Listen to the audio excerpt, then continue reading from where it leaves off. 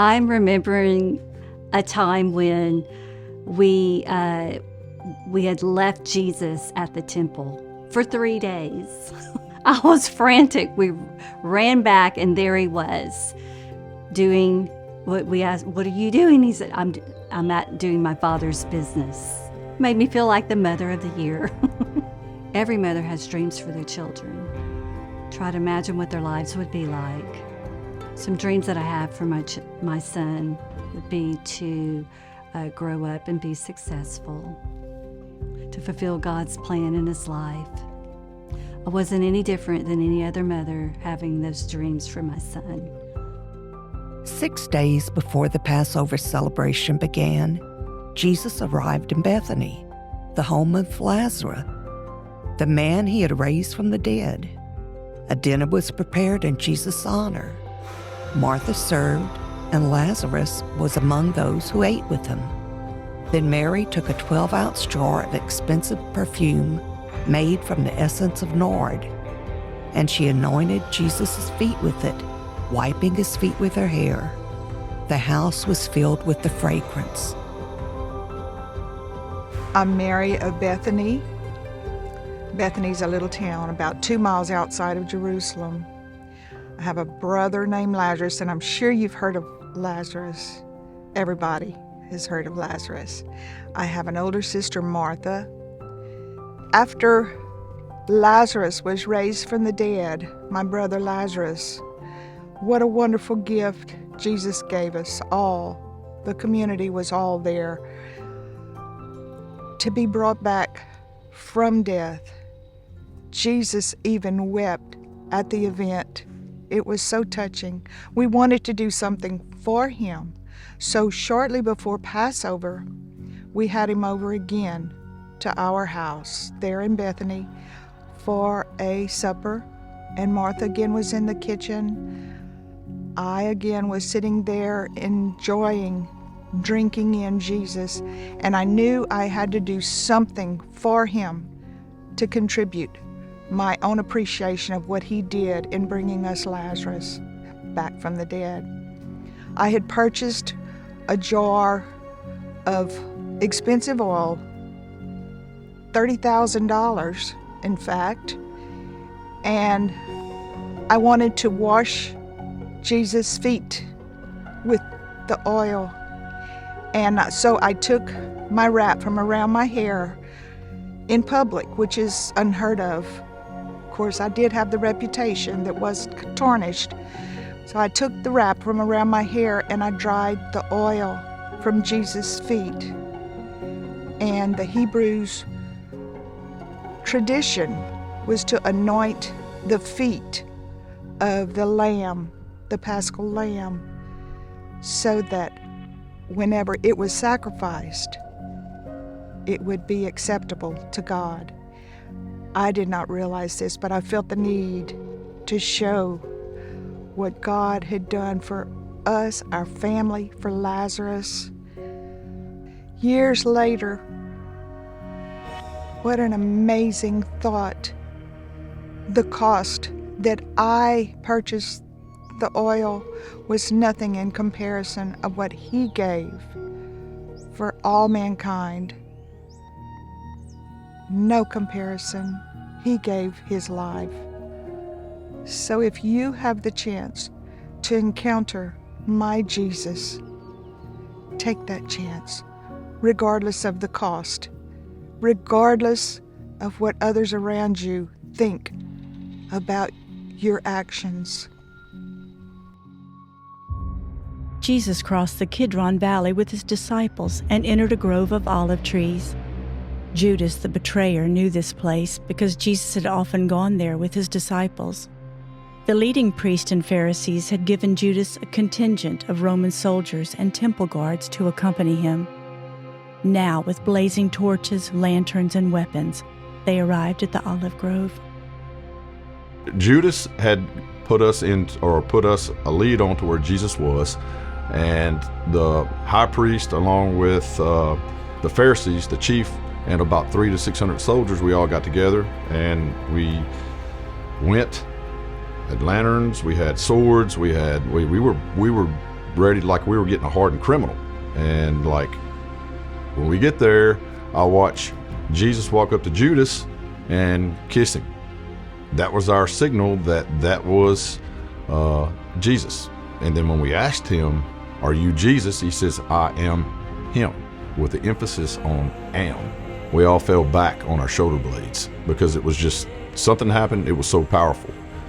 And then the next thing I know, I go to move in to go grab Jesus, and I get my ear next. I'm hearing something, and I see a flash of a sword, and my ear's gone.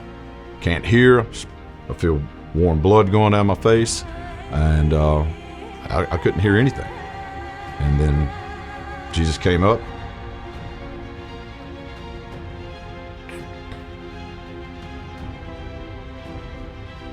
and touched me, and then put his hand on my ear. My ear's healed, as you can see. So I knew that he was the Son of God.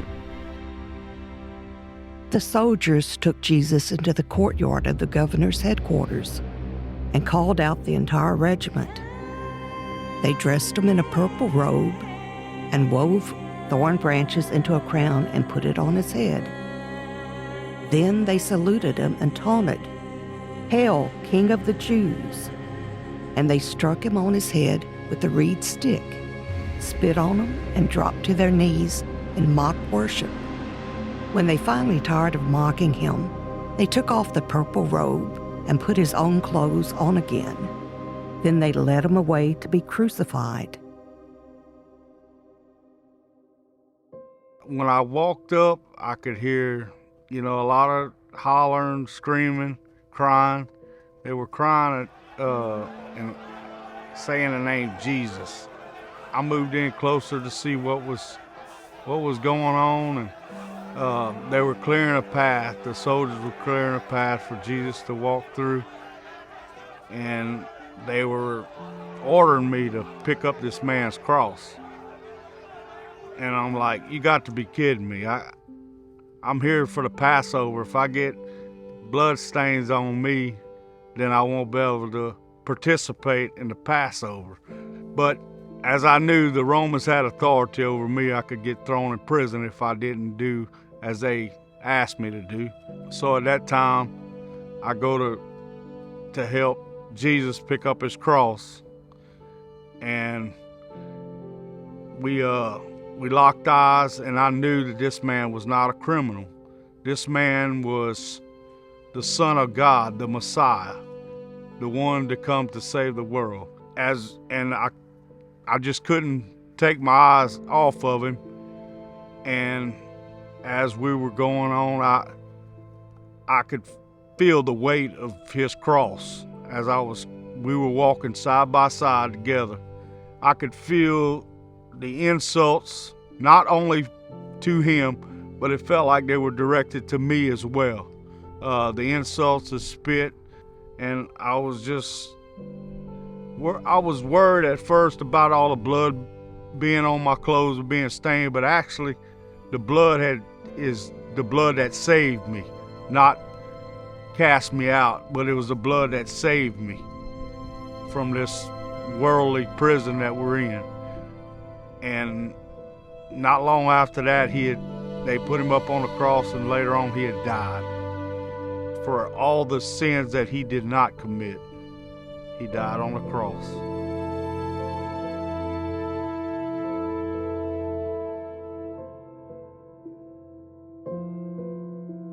Standing near the cross were Jesus' mother and his mother's sister, and Mary Magdalene. When Jesus saw his mother standing there beside the disciple he loved, he said to her, "Dear woman, here is your son." And he said to this disciple, "Here is your mother." And from then on, this disciple took her into his home. I remember the day when the angel came to me and said, "Mary, you're going to conceive a son that will be the Savior of the world." I was extremely nervous because I didn't know how it was going to work. I'm engaged. I'm not married. But I believed. I believed what the angel said. My parents have told me this my whole life, that there was going to be a Savior come to the earth. And I find out through an angel that I am the chosen one that will carry the Son of Man.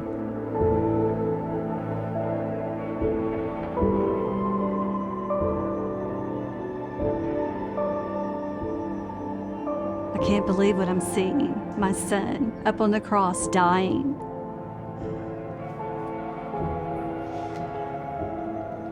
I could barely breathe. It's just so painful to see him up there.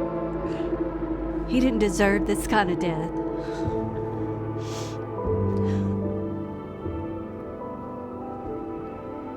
I didn't just know him, I raised him. There has to be, I believe what the angel told me that day. There has to be a different ending to this story, to his life.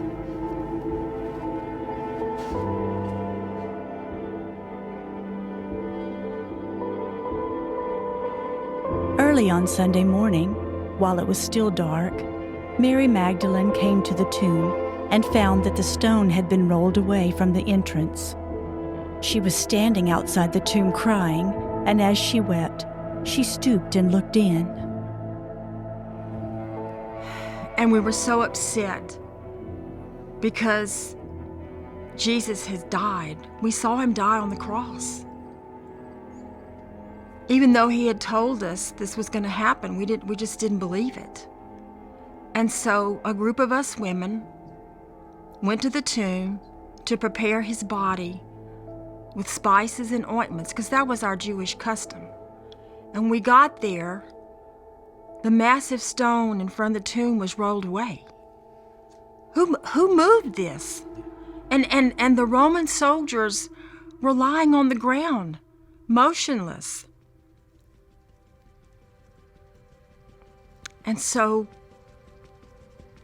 I looked inside the tomb, and it was empty. How could it be empty? We saw him being placed in the tomb, but he was gone. Where was he? Who took him? And what did they do with him? And then out of nowhere, I see angels.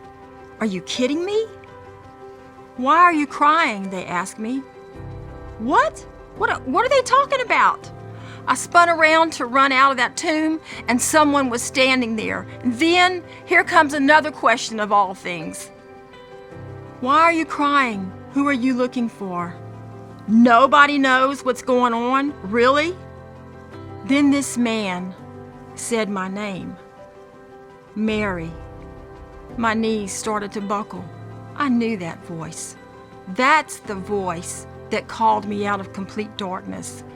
It was my Savior, Jesus. He lives. He's not dead. He's not missing. He's not been taken away. He's alive. He's alive. If there's hope in this world, his name is Jesus.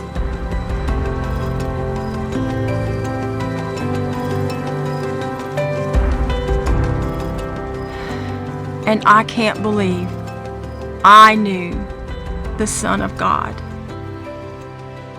And as he took that last breath, I knew I'd walked with the Son of God and carried that cross and helped him carry that cross for me. Not for him, but for me. I cannot believe that I met the Son of God. He actually touched me.